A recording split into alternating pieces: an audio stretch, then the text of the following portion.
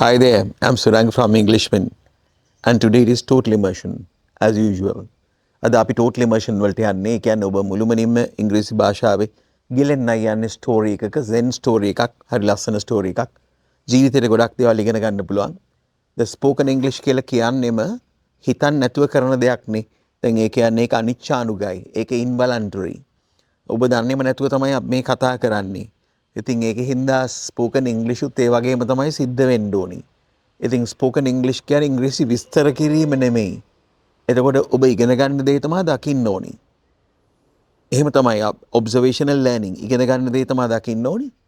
ඉතින් ඔබට ඉගෙන ගන්න ඕනේ ස්පෝකන් ඉංග්ලිෂ් නම් ඒක තමයි දකින්න ඕනි. ස්පෝකන් ඉංග්ලිෂ් වෙන්නේ නැහැ පොතක ලියලා තියෙන ඩයලොග්ස් ටිකක් කියවලා ඒකේ තේරුම කියා දෙන එක ස්පෝකන් ඉංග්ලිෂ් නෙමෙයි. ඒක ඉබේ ඔහේ මොනවා හරි කියනවා දකින්න ඕනි නිකන් වැඩි කල්පනා කරන්න නැතුව. ඒකෙදි තමයි ඔබේ ඔළුවේ ඒ ට්‍රැක්ස් හැදෙන්නේ. හරියම නම් අපි අද ස්ටෝරි එකට යනවා. මේක Zen ස්ටෝරි එකක්.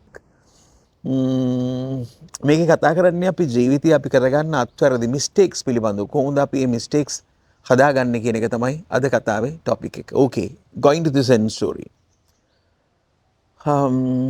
Once upon a time, there was a Zen master. As you know, Zen is a chapter of Buddhism, one part of Buddhism, Zen Buddhism. So there are number of temples, types of temples going with Zen temples we call them, and Zen monasteries. That is it. So Zen masters. Yeah, in other words, that we can say that incumbents, or the priests, sort of Zen. So there was a Zen master, very wise, intelligent, well experienced, and he basically was accepted by people so that he can teach people good lessons to life. This Zen master used to teach his disciples. Disciples are followers who have come to learn things from the Zen master. So for example, when you go to a temple, we would find sort of abhityas, so sort of things we call them. And sort of people, sort of guys, a good number of guys, we call them disciples, anugamikyo. Disciples, the disciples have come to, it's okay, telling you that, giving you a name at times if I find that it would be very difficult for you to understand, or otherwise I will have to explain things away to a great extent. It is useless. When I say abhitya, you understand who the disciple is. That's quite okay. It does not disturb my flow of language, what I'm talking about, my total immersion. It does not disturb. I think you understand all the other parts. Basically, I'm talking about without thinking that much. Clear? Yeah. So these disciples, so the Zen master teaches lessons to these disciples, giving them sort of a brand new experiences. So one day, the Zen master wanted to teach them a good lesson. So then he arranged sort of a journey and into a jungle. And he said that we are going to a very beautiful place, a very sort of serene, very calm and quiet temple. Temple, because their aim is that they wanted to learn Buddhism. So when going to a temple somewhere else, that is going through a forest, that would be a marvelous or good experience, they thought. So then everybody, I think, disciples, when it comes to maybe 20 disciples, started going with the Zen master. Zen master was very old type, and type means he is really old.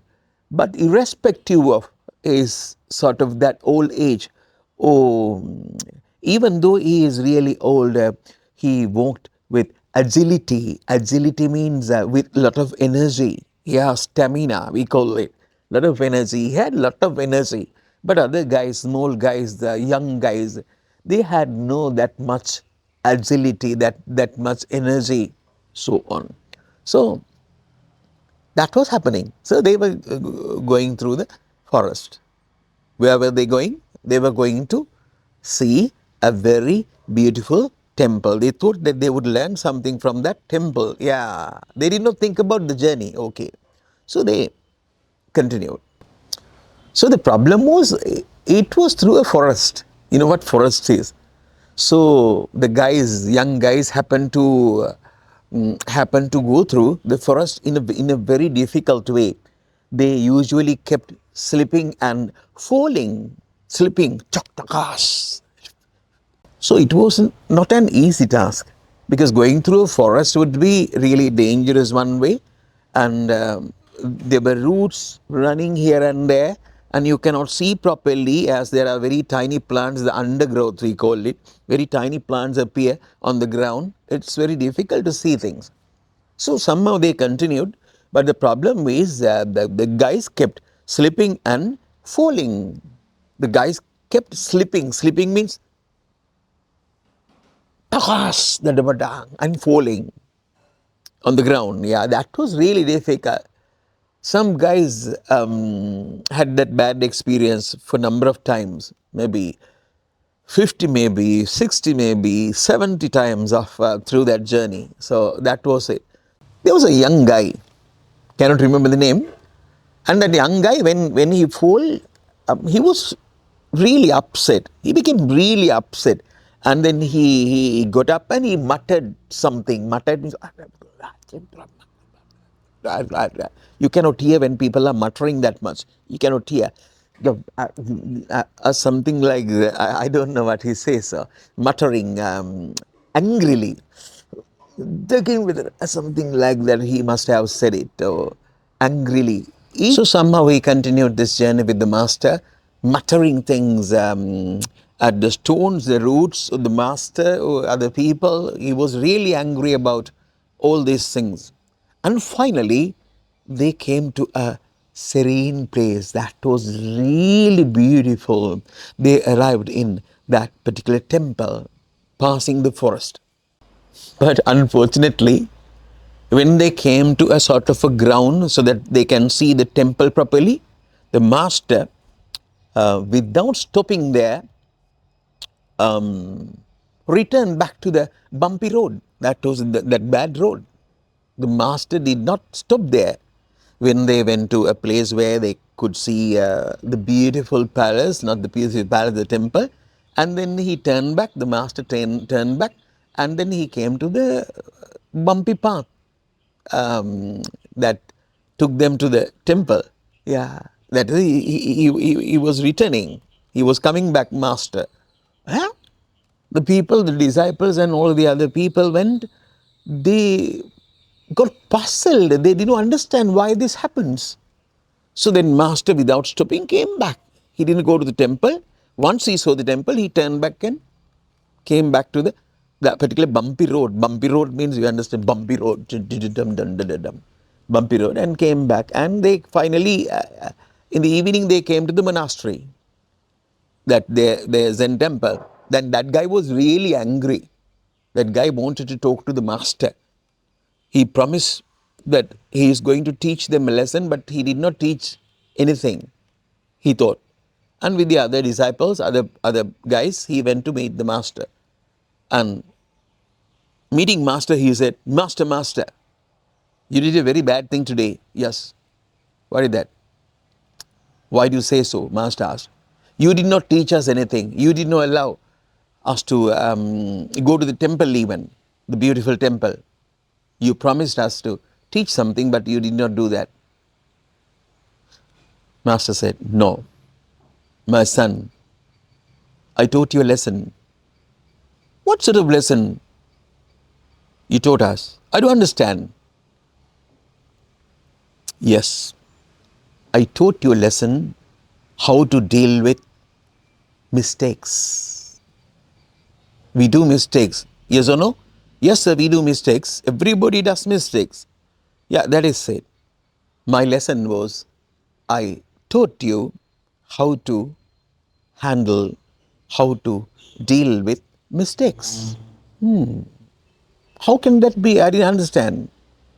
When I was going here and there, you were teaching us. Yeah. Just listen to me, sons.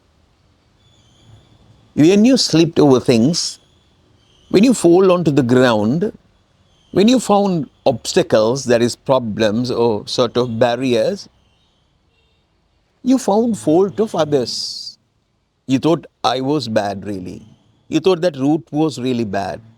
You thought that the stone or the rocky part that made you fall is really bad. So, finally, in a nutshell, you thought everything is bad except you. You thought it is the Zen master wanted you to go to that temple, go on that journey. So Zen master is bad. And when you hit a route, you thought the route is bad. That is what happened throughout the journey, isn't it? Yes, sir, everybody said. No, that is not the thing. When you fall obstacles, when you make mistakes, before getting up, before starting the journey again, you have to stop and think why it happened, whose fault it is, and look inside you. When you fall on the ground, the other people are not having the same experience. Only you, maybe another guy, not everybody. So then, if you happen to fall, if you happen to make a mistake, first think why it happened before continuing your journey. Look inside you, then you probably would find why the mistake happened, then you would be able to avoid mistakes. You have to think about the root cause, the real cause of mistakes. But usually what people do is, when they do mistakes, when they make mistakes, they find everybody is bad except himself.